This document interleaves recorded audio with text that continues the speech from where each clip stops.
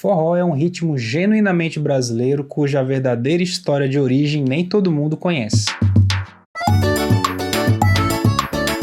Olá gente, professor Fagner aqui para mais um vídeo especial em comemoração aos 2.000 inscritos que a gente atingiu recentemente, muito obrigado. Hoje nós vamos falar da origem da palavra, termo, expressão forró. E para comprovar a veracidade das informações que a gente encontrou, eu apresento aqui as fontes que eu usei como pesquisa. Vejam só, o livro Dicionário do Folclore Brasileiro, do grande mestre Luiz da Câmara Cascudo, A Casa da Mãe Joana, de Reinaldo Pimenta, e principalmente este aqui, vejam só, O Fole Roncou, de Carlos Marcelo e Rosualdo Rodrigues. Esse vai ser o principal livro de referência que nós vamos utilizar, também em outros vídeos que nós vamos continuar falando aí do forró. Então se você ficou interessado em comprar esse livro também, eu vou deixar o link de compra na descrição aí do mesmo site que eu também comprei. Outros sites e links da internet também vou deixar na descrição para você acessar e saber um pouco mais dessa história. Existe por aí na internet, em vídeos, uma lenda que diz o seguinte, que a palavra forró veio da expressão inglesa for all, que significa para todos. Dizem lá que na Segunda Guerra Mundial os ingleses fizeram uma base lá no Nordeste e eles realizavam festas que eram abertas para todos ali, for all e blá blá blá. Mas essa não é a verdade, gente, é uma mera coincidência. Alguém observou que a palavra forró se assemelhava muito à expressão for all, então começou-se a teorizar sobre isso. Afinal, o forró é realmente uma festa democrática, né, que é para todo mundo. Mas a verdade é que a palavra forró é o resultado de um processo gramatical muito comum na língua portuguesa, conhecido como redução ou abreviação. A palavra forró é uma redução ou abreviação natural da palavra antiga forró-bodó, que apareceu no Brasil ali na segunda metade do século XIX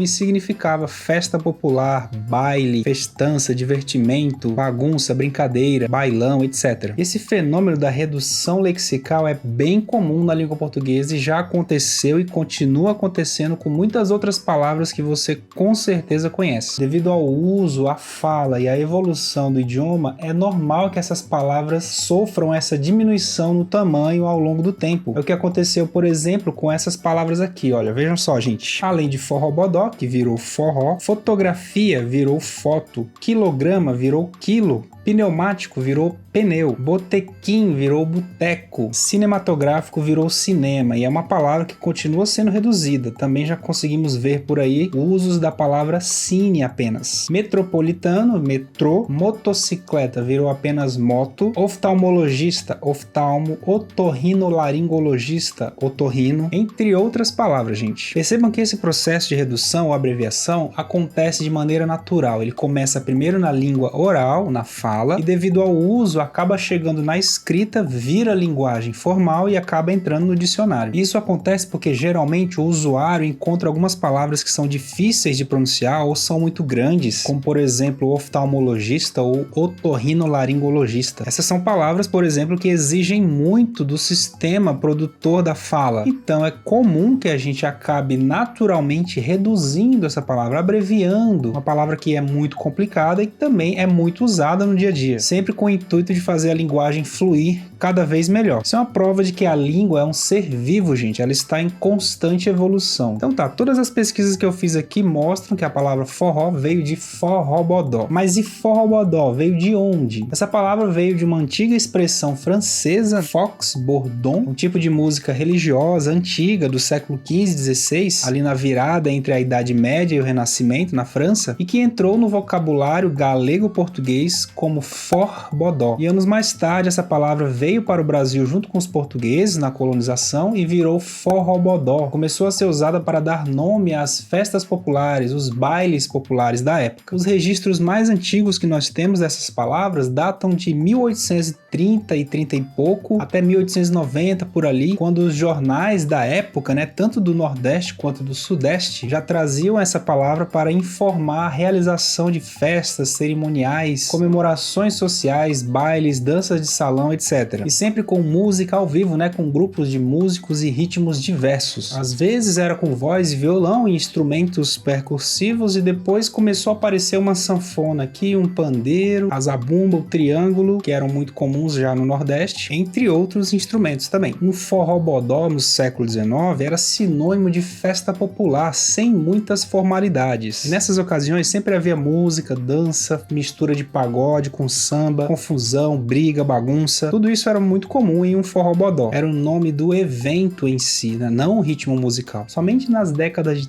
30 e 40, né, os forró-bodós, também conhecidos como sambas, começam a misturar ritmos já existentes, como por exemplo pagode, marchas de carnaval, polca, baião, shot, rastapé, entre outros. Nesse momento então que surgiram duas grandes figuras importantes no cenário musical brasileiro e que foram os dois grandes primeiros disseminadores dessa nova moda que estava nascendo. Foram eles Luiz Gonzaga, que iniciou sua carreira ali na década de 40 em Pernambuco, e mais tarde, em parceria com Humberto Teixeira, foram os grandes responsáveis pelo fortalecimento e consolidação de ritmos regionais como o arrastapé, o baião, o chachado, o shot e o trio pé de serra. E também Jackson do Pandeiro, que iniciou sua carreira ali também na década de 40, no finalzinho da década de 40, lá na Paraíba, tocando ali em vários forró-bodós, sambas e bailes da Paraíba, e foi também o grande responsável pelo fortalecimento e consolidação de ritmos regionais como o baião, o coco, o samba-coco, a embolada, o rojão e várias marchinhas de carnaval também. E foi nesse momento, gente, que a palavra forró-bodó sofreu a redução para forró, entre as décadas de 30 e 40 principalmente. Ainda mais depois da criação de duas músicas, como por exemplo Forró de Mané Vito, de Luiz Gonzaga e Zé Dantas, composição de 1950, e Forró em Limoeiro, de Edgar Ferreira, interpretada pelo grande mestre Jackson do Pandeiro em 1953. Nessas duas canções, os compositores já começaram a usar a palavra forró em vez de forró-bodó, talvez para facilitar na hora de cantar, ou mesmo porque as pessoas da época já usavam forró em vez de forró-bodó, exatamente por ser uma palavra muito grande. Era o processo de abreviação e redução naturalmente acontecendo na língua. E uma vez que essa palavra forró foi usada em duas canções como essas que ficaram muito conhecidas aqui no Brasil, principalmente ali no Rio de Janeiro, onde estavam no momento Luiz Gonzaga e Jackson do Pandeiro, isso contribuiu para que a palavra ganhasse um nível nacional de maneira muito rápida. Vale destacar que os dois artistas estavam no Rio de Janeiro nessa época, que era um lugar de passagem obrigatória para os novos artistas que surgiam. Luiz Gonzaga e Jackson do Pandeiro com certeza merecem um vídeo inteiro para cada um deles, portanto nós vamos deixar para conhecê-los um pouco mais aprofundadamente no futuro, senão esse vídeo vai ficar muito longo. Então naquele tempo a palavra forró ainda significava baile, festa popular, bagunça, confusão, mas aí depois foi só uma questão de tempo até essa palavra começar a se vincular ao ritmo musical novo que vinha do Nordeste e de repente virar sinônimo de uma variedade de ritmos e estilos. E atualmente a palavra forró abrange os conceitos de festa, ritmo, estilo, dança, shot, baião, rastapé, chachado e muito mais. Esse foi só o começo dessa história, gente. Ainda tem muito mais coisas pra gente conversar sobre o processo de evolução e modernização do forró. Mas isso fica para uma possível parte 2 deste vídeo, então comenta aqui embaixo se você quer que a gente faça isso. E se você ficou interessado em comprar esse livro aqui que fala da história do forró, eu vou deixar o link de onde eu comprei aqui na descrição para você também.